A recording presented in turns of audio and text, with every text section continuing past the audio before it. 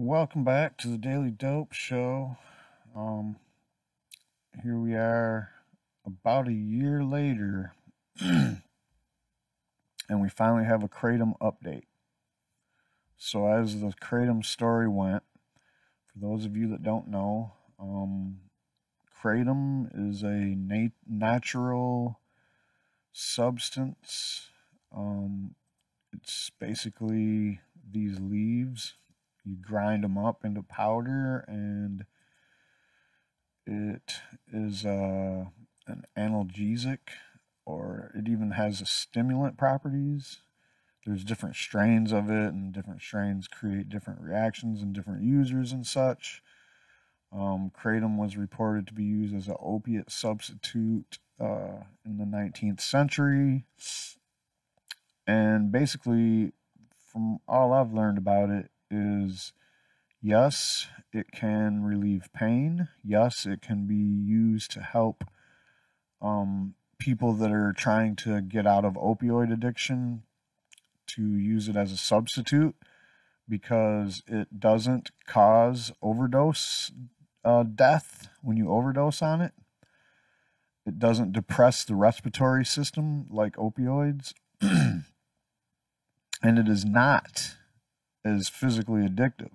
In fact, it's been said to be about as addictive as coffee, which to me that's pretty addictive. But I mean, the withdrawals aren't.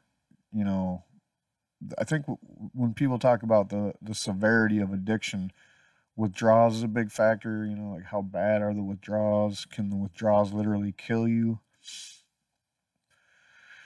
So the DEA, about a year ago, decided to drop a bomb and say that they were going to put Kratom on Schedule 1 and just start busting down on distributors, and people that had big distribution networks were all, basically shitting their pants like, oh, we're dead. We're going to get caught holding the ball. And so the public fought back. They were like, no way, dude, this shit is harmless. It's helping people that are addicted. And furthermore, what's the point? If there's no health problems, public health problems, and then they cite, a lot of people going to the emergency room and that increasing every year because of overdosing on kratom. And I think that reminds me of marijuana. It's like people go to the hospital and emergency rooms because they take too much marijuana edibles or whatever. Same thing with kratom. Since they don't know what it does, they haven't been educated that it's not toxic like heroin. As long as you stay awake, you should be able to be okay. As a matter of fact, I'm pretty sure it just puts you, knocks you out sleep, and it doesn't kill you. You wake up. So if people knew that, they might not go to the emergency room. But you can also blame the rise of emergency room visits in this situation and marijuana's for, you can say that there's just more of those substances out there. Like it or not, FDA, DEA, all you prohibitionists of fucking natural substances and plants, whether you like it or not, your drug war is just making it so there's more drugs out there. Your drug war does that in so many ways I can't even begin to explain them. It would take way too long for this clip. So the latest update was that there was 26,000 public comments, and the DEA decided, okay, we're going to not just jump right to Schedule 1 with it. We're going to punt this over to the FDA, see what they think about it.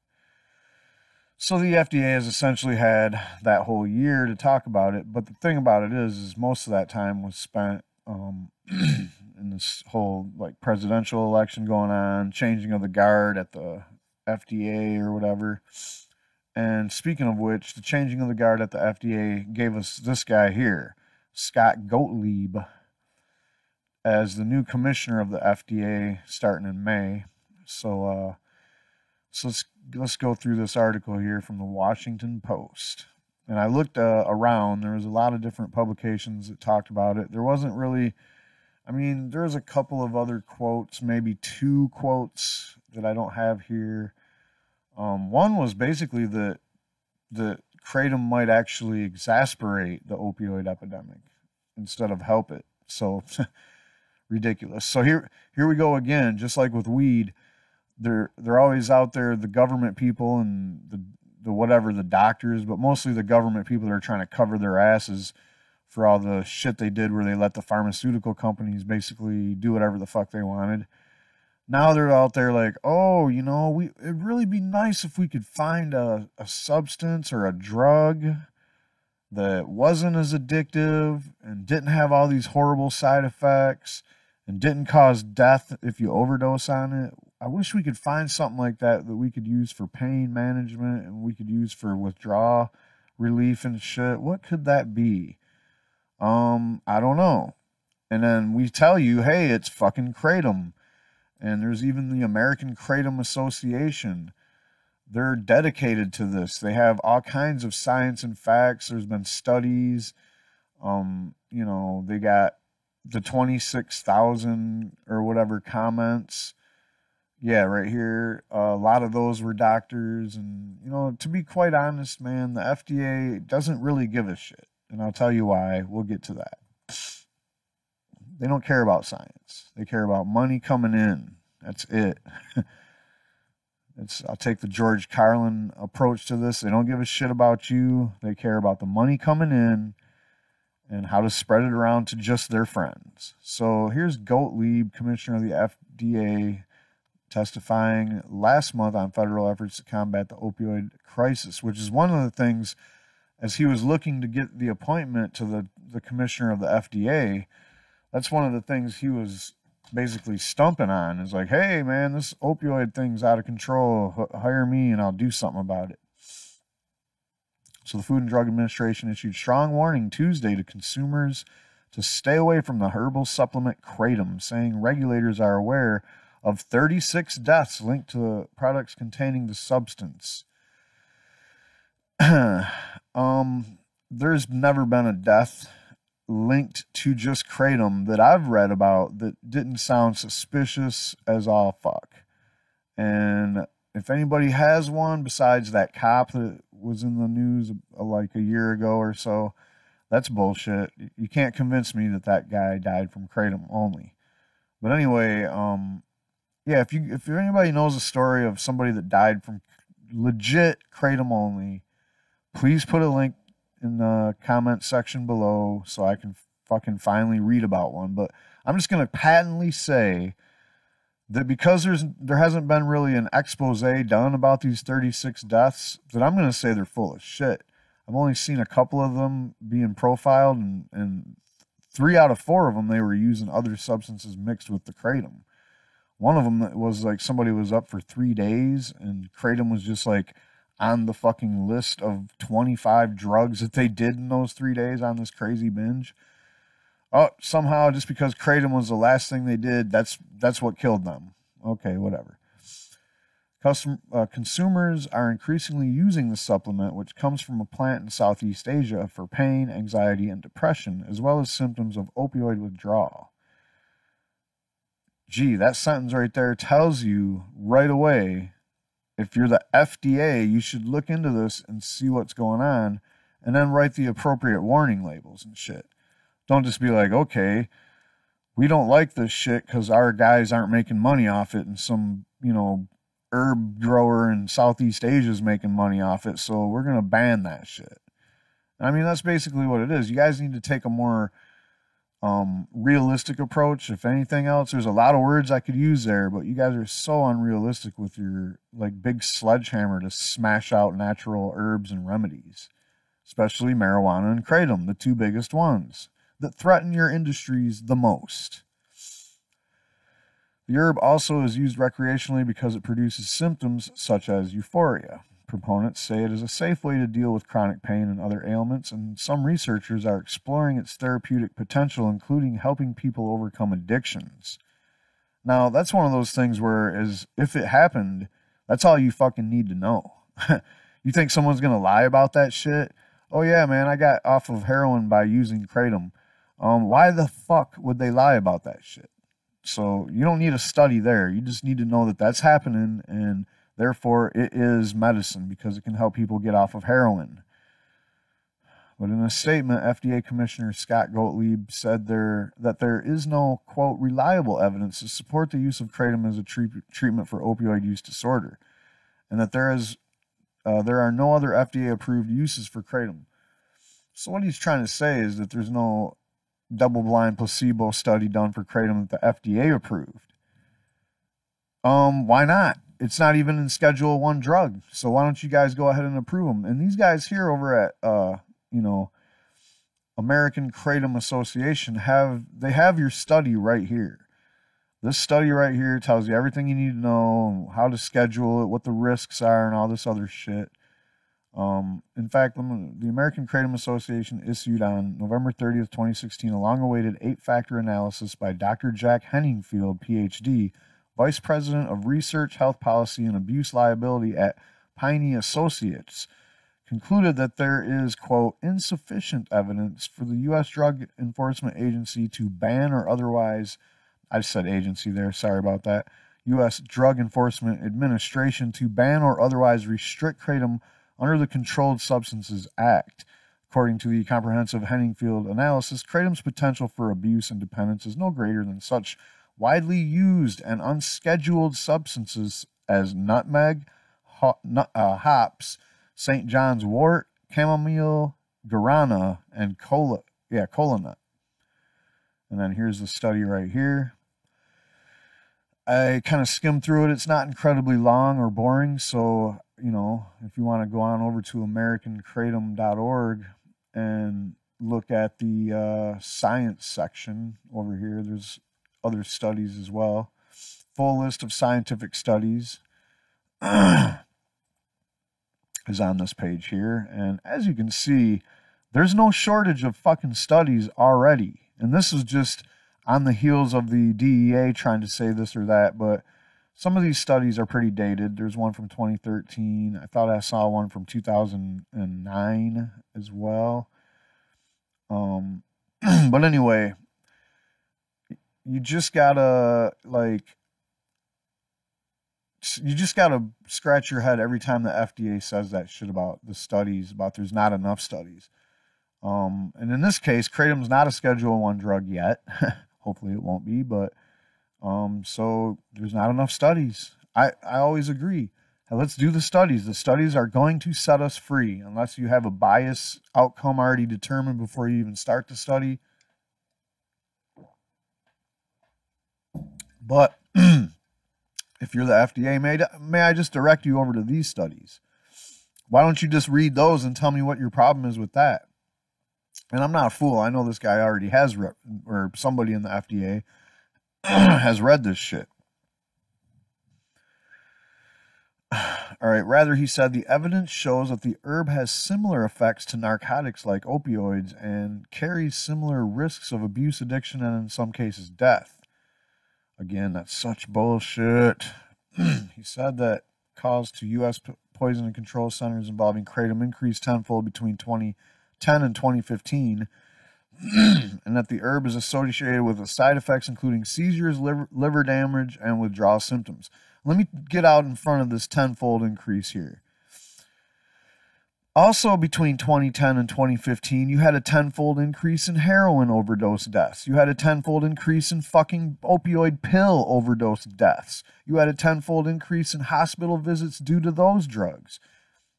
You had a tenfold increase of hospital visits due to benzodiazepine overdoses. You had a tenfold increase of people dying, crashing their fucking cars into shit on benzodiazepines and opioids and heroin. You know why? Because everything that has to do with those drugs has increased in tenfold between 2010 and 2015. It's a fact. So, of course, kratom's going to increase with that kind of intensity, too, because people are so desperate to try to quit their opioids that they are doing large amounts of kratom, you know? He says that the herb is associated with side effects including seizures, liver damage, and withdrawal symptoms. He said there was no studies, right? So this first part of his sentence here You can get away with that because you can actually look at Poison Control Center records or emergency room visit records where it was recorded that that's why the person went to the emergency room or called poison control. And you can verify numbers and you can look at percentage of increases and shit like that.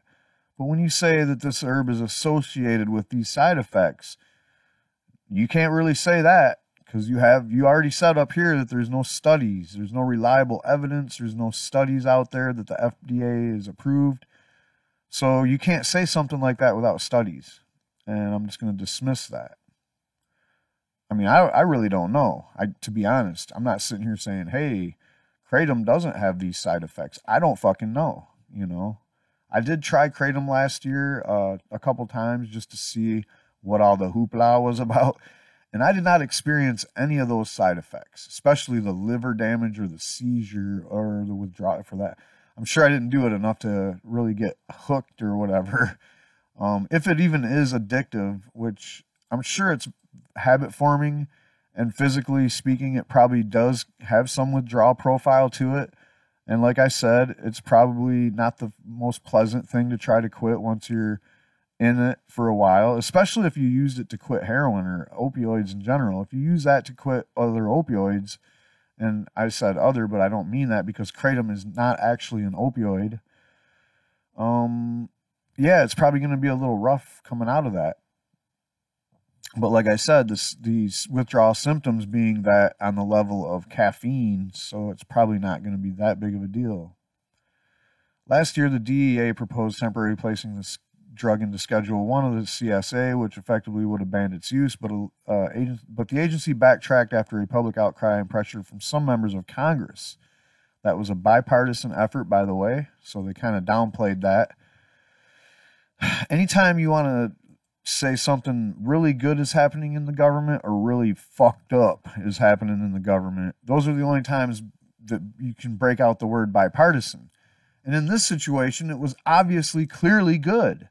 So why didn't the Washington Post, who are complete garbage, by the way, fuck you, Washington Post, for not saying that that was a bipartisan thing? I mean, I'm sure by some members of Congress, they downplayed that so much. I think it was a couple dozen, if not like over 50 members of Congress, bipartisan, signed that shit, and some senators. It asked the FDA to expedite a scientific and medical evaluation, including whether Kratom has any medical use and recommendation for how to handle the compounds in Kratom. That sounds legitimate. I think they said they're getting right on that after all this fucking hysterical rhetoric. DEA spokesman Melvin Patterson said Tuesday that once the agency receives the FDA's report, it will decide whether Kratom should be regulated as a controlled substance, and if so, into which schedule or classification it should be placed. The herb is banned in several states, including Alabama, Arkansas, Indiana, Tennessee, and Wisconsin. And those are also some of your most hardline prohibition states for cannabis, as we all know. I wouldn't put them on the top of any list, but Alabama, Indiana, and Wisconsin are definitely, Wisconsin's getting better every day. I mean, come on, guys. All of them states have problems. All the states in this country have problems.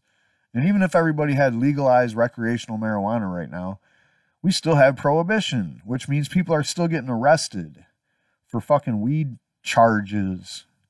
What is that? Weed crimes? How is it a crime if nobody else is affected but the person doing it? I never understood that about prohibition.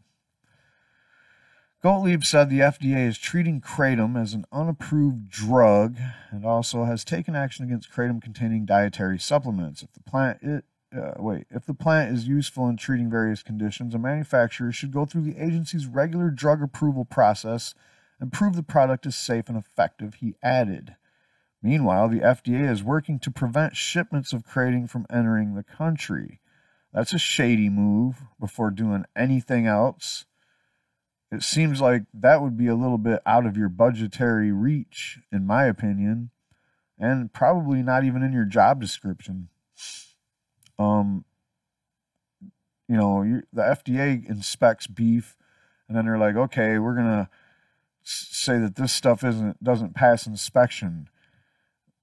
That doesn't mean your job is to prevent that from getting anywhere. Now you have to enforce that. You know, I mean, is that your job? I don't know if the FDA does that.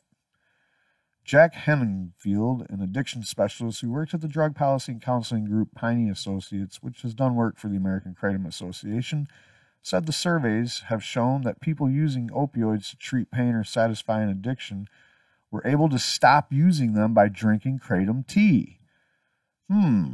He argued that kratom's overall abuse potential and risk of death isn't anything close to narcotics like opioids, and warned that restricting or banning the substance could drive some people back to opioids or into the black market to get kratom.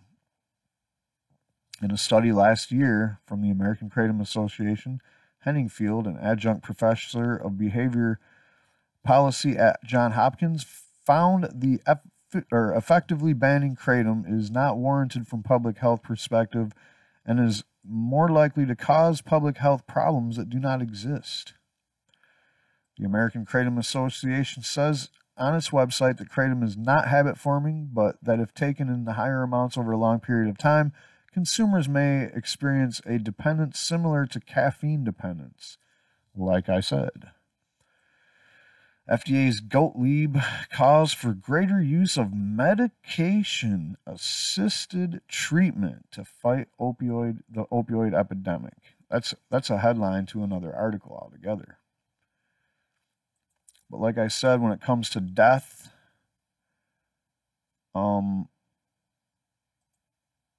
so as far back as 1836, kratom was reported to be used as an opium substitute in Malaysia. Kratom was also used as an opium substitute in Thailand in the 19th century. Adverse effects at relatively low doses, at which mostly stimulant effects. Side effects include contracted pupils and blushing. Adverse effects related to stimulation include anxiety and agitation. Opioid-related effects like itching, nausea, loss of appetite, and increased urination begin to appear. At moderate dose levels, which opioid effects generally appear, additional adverse effects include tachycardia, increased stimulant effect, as well as the opioid side effects of constipation, dizziness, hypotension, dry mouth, and sweating. Frequent use of high-dose kratom may cause tremor, anorexia, weight loss, seizures, and psychosis. If heavy users try to stop using kratom, they may experience withdrawal symptoms including irritability, feelings of distress, nausea, hypertension, insomnia, runny nose, muscle and joint pain, and diarrhea. Sounds a lot better than fucking your skin crawling off and razor blades in your throat, which is like what opioids do. Serious toxicity is relatively rare and generally appears at high doses or when kratom is used with other substances. In July of 2016, the Center for Disease Control issued a report stating that between 2010 and 2015, U.S. poison centers received 660 reports of exposure to kratom. Now, what I always look for is, did this shit fucking kill people? All these, I mean, usually they call it overdose, but now you're saying exposure. Did these emergencies involve permanent damage or whatever? Let's check it out. Medical outcomes associated with kratom exposure were reported as minor, minimal signs of symptoms which resolved rapidly with no residual disability for 162 or 24.5%. Moderate, non-life-threatening with no residual disability but requiring some form of treatment for 41% of the exposures, and major life-threatening signs or symptoms with some residual disability for 49 or 7.4% of exposures. One death was reported in a person who was exposed to the medication paroxetine, an antidepressant, and lamotrigine, an anticonvulsant and mood stabilizer, in addition to kratom, for 26.2% of exposure calls. No effects were reported, or Poison Center staff members were unable to follow up again regarding effects. So the 26% that are like nothing at all happened, and add that to the other 24%, which had the basically super minimum effects, almost no problem at all. That's over 50% right there of your, overall overdoses, or they call it exposure. Overdose of kratom is managed similar to opioid overdose, and naloxone can be considered a true overdose that result in reduced impulse to breathe, despite mixed results for this utility based on animal models. Respiratory depression is a major risk with opioids, especially those that have activity in the MAO opioid receptor. This is a leading cause of death from opioid use. An animal study at very high doses, mitragine causes respiratory depression, but less than morphine or codeine.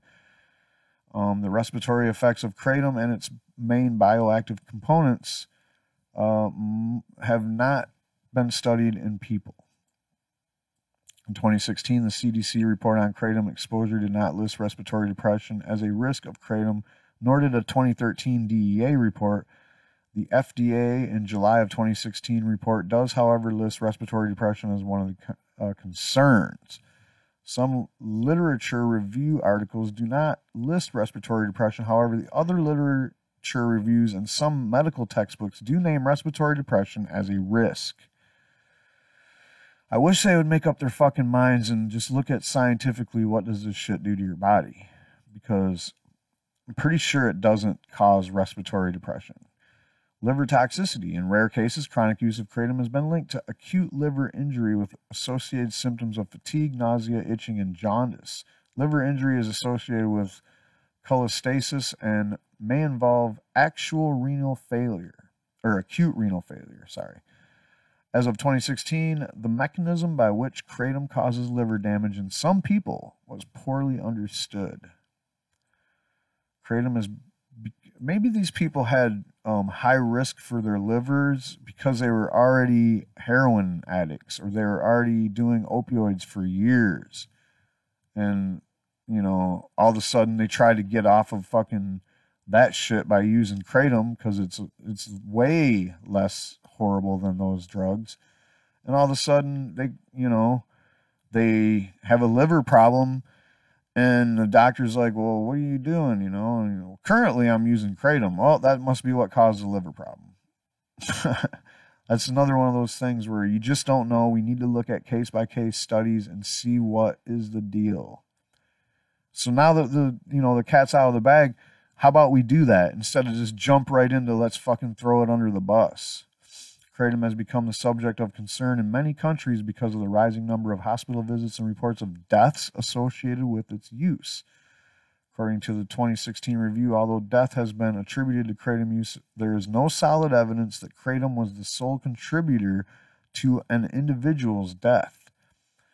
Should have added the word to any individual's death. There is evidence that it has contributed to deaths. How do you say that? Just because you have multiple substances involved, you can say, oh, well, if you say it contributed to the death, what you're saying is if you take the kratom out of the equation, the person probably would not have died. A good probability, like to say what you're saying. If it contributed, clearly it had to be there for the death to still happen. If it contributed. Whatever, 15 deaths in the United States between 2014 and 2016. Whoops. Hey, first of all, I guess we lost the internet, man. All right, well, enough of that. But yeah, the 15 deaths, like I said, there was always some other substance involved. A couple more things on this. Here's just some things I want to let you know about Gottlieb again as to why marijuana and kratom are off the table when it comes to the opioid epidemic. And this fucking guy, Scott Gottlieb, commissioner of the FDA, called for an expanded use of medication-assisted treatments for opioid addiction, saying they could reduce overdoses and deaths. Fight fucking fire with fire. That's what the FDA always says. Always, always, always. During a House hearing on the federal response to the opioid epidemic, Gottlieb said the agency will issue new guidance to manufacturers to promote the development of novel therapies including ones that treat a wider range of symptoms. Medicated assisted treatment, MAT, combines drugs and counseling to combat addiction. Sure it does. It's so sad that they want to put people that are fighting drug addiction on more drugs when there's natural substances, herbal in nature, all natural, can't kill you on their own, like kratom, like marijuana. There are 3 FDA-approved MATs to help people reduce or quit their use of heroin and other opiates, such as prescription painkillers. And this has been normalized. We're supposed to cheer this on every time they do it. Methadone, buprenorphine, also known as Suboxone, and naltrexone, also known as Vivitrol. This is no different than when they invented methadone, which is no different when they invented heroin. Heroin was supposed to cure you from the morphine addiction. Morphine was supposed to cure you from the the opiate smoking or the laudanum taking. They always have something more stronger and more concentrated that's going to help you get out of the one before it. And if you're just on a small level of like Vicodins and Oxycontins, that's the same thing with those. Oh, here, get off of those Vicodins and take this Oxycontin. It's concentrated. Lasts longer. Patients receiving these treatments cut their risk of death in half, Gottlieb said in a statement last month. Wow. So we're going to enrich some other pharmaceutical companies and only half the people that are going to die now. And instead of dying, they're going to be hopelessly addicted to these fucking substitute drugs, is what I call them. Patients should be offered all 3 options so they and their doctors can decide which is best. Yeah, fuck offering them cannabis, something that won't ever kill them. And everybody I know that's gotten off of opiates, opioids used cannabis. Often that doesn't happen because of inadequate insurance company coverage, Gottlieb said Wednesday. He said some people might need such medications for years, if not their entire lives, and the agency is revising drug labels to reflect that.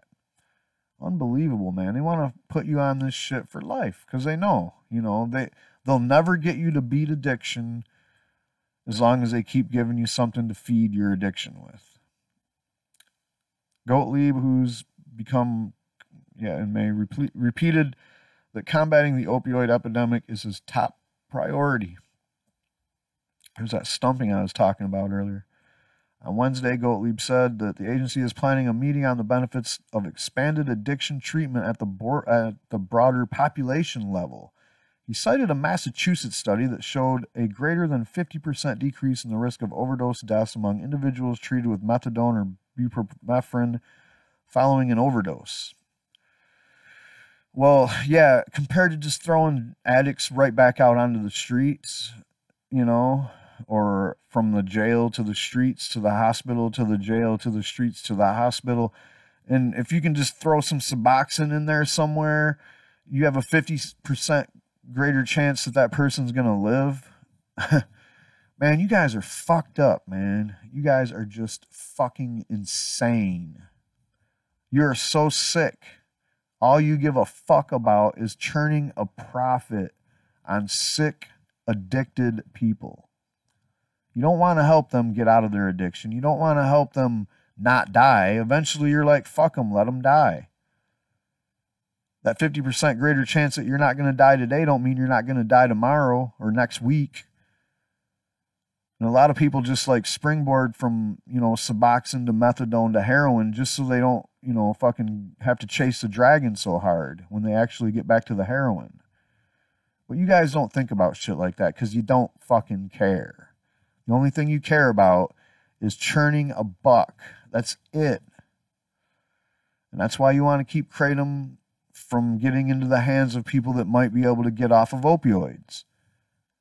You don't want people to get off of opioids. And if they do, you want them going right straight to your bullshit that you call substitutes, or you call like, this is going to help them. How is this helping anybody? He said the FDA is conducting research that would lead to a label indication calling for such treatment for everyone who has had an overdose based on data showing a reduction in death at the community level. So basically, it's going to be a kind of thing whereas like you go out, you overdose, and they revive you, and then you wake up in a fucking with a drug counselor sitting across the table and a bottle of Suboxone in front of you, and they're like, "This is what you got to do now," and they're gonna fucking forcibly make you do it or something.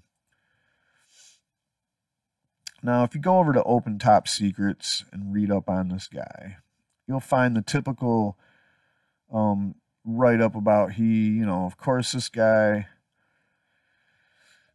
is in the bag for pharma. He used to be the deputy commissioner under George W. Bush. And he was totally like for speeding along the process in which drugs get approved by the FDA, which is basically how the opioid epidemic is beating the fuck out of everybody so hard, because people like Purdue Pharma got their drugs approved without really any science behind it, without any studies. They didn't study the long term. They didn't study the addictive nature of these drugs or the fucking abuse potential. They just took the word for it from Purdue. Oh, these have time release, so they're not as easy to abuse or whatever. So more controversial is Gottlieb's history of working with pharmaceutical companies. According to his personal financial disclosure, Gottlieb has been on the boards and directors of 8 pharmaceutical companies and 1 laboratory company, and is still on the board of 4 of them. He's also a member of the Product Investment Board at GlaxoSmithKline, the world's 6th largest public pharmaceutical company. Gottlieb's non-board position in health-related companies have also been numerous, serving as acting CEO and director of Cell Biotherapy Incorporated, an animal medicine company, to being a venture partner in New Enterprise Associates, a venture capital firm that invests in technology and healthcare companies. Critics believe that appointing Gottlieb, a fellow at the conservative American Enterprise Institute since 2007, would invite conflicts of interest and other ethics trouble. Quote, the major problem is that he has deeply rooted ties to Big Pharma that span more than a decade, said Michael Carome, director of Public Citizens Health Research Group. Quote, his ties include receiving hundreds of thousands of dollars in payments to be a consultant and a speaker. And we learned that from Hillary and others and Big Pharma. That's how they bribe you. They make you do a speech, and then they give you like $100 or $200 or $500,000 for a fucking speech. He's a venture partner at a venture capitalist company that funds multiple large and small companies that do work on biopharmaceuticals and medical devices, and he is someone who is, in addition to being entangled in multiple industry ties, he's advocated for a dangerous deregulatory approach to the review of medications. For his part, Gottlieb, in his ethics agreement, says that for a period of 1 year, he'll recuse himself from FDA decisions involving the companies where he currently holds positions. And it's kind of funny, his decision here on, on what to do about Kratom, basically that doesn't matter, because it's not going to affect. It's going to affect some of the people that he's does business with and interests of theirs and whatnot, because if Kratom is allowed to reign, then they're going to lose money, theoretically. But, you're talking about 26,000 Americans that are really like pissed off about it. There's actually a lot more, but those people really have a desire to make Kratom, not scheduled or whatever the fuck they're trying to do to it. So this is kind of the number breakdown. There was 62 House and Senate members, bipartisan, that asked the DEA not to ban it. 0% of emergency or healthcare professionals, EMTs, responding to an online survey supported a ban on Kratom. Kratom customers reported that the botanical supplement is used for many things, including minor pain and to promote a sense of health and well-being, and 0 deaths have been proven to be caused by Kratom. heroin and Oxycontin and all those and fentanyl. We know what's going on there. We're talking about almost 1 million deaths in the last 10 years. Like, Jesus Christ. One of the world's leading expert on drug abuse and addiction says kratom has more potential for substance use disorder, no more potential for substance use disorder than caffeine. And yeah, 91% of 23,000 comments to the DEA was opposed to the ban. 99.1. 1,175 doctors, vets, scientists, and law officers told the DEA that they don't want them to ban kratom. That's all I got for this story. Yeah, FDA, we see what you're doing. We know what the fuck you're up to. Nobody trusts you anymore. You're the biggest scammer in the government because you take the most money and you work for Big Pharma, who are the biggest scammers of the government. And yeah, between you and healthcare, I don't know why people on the right are always like, oh, wow, we don't want the government to run our healthcare. Well, fucking hey, idiots. Guess who runs your healthcare? The government. Because guess who runs the fucking government? Healthcare companies and Big Pharma. That's who runs the fucking government. Everybody that's in the government works for them, not you.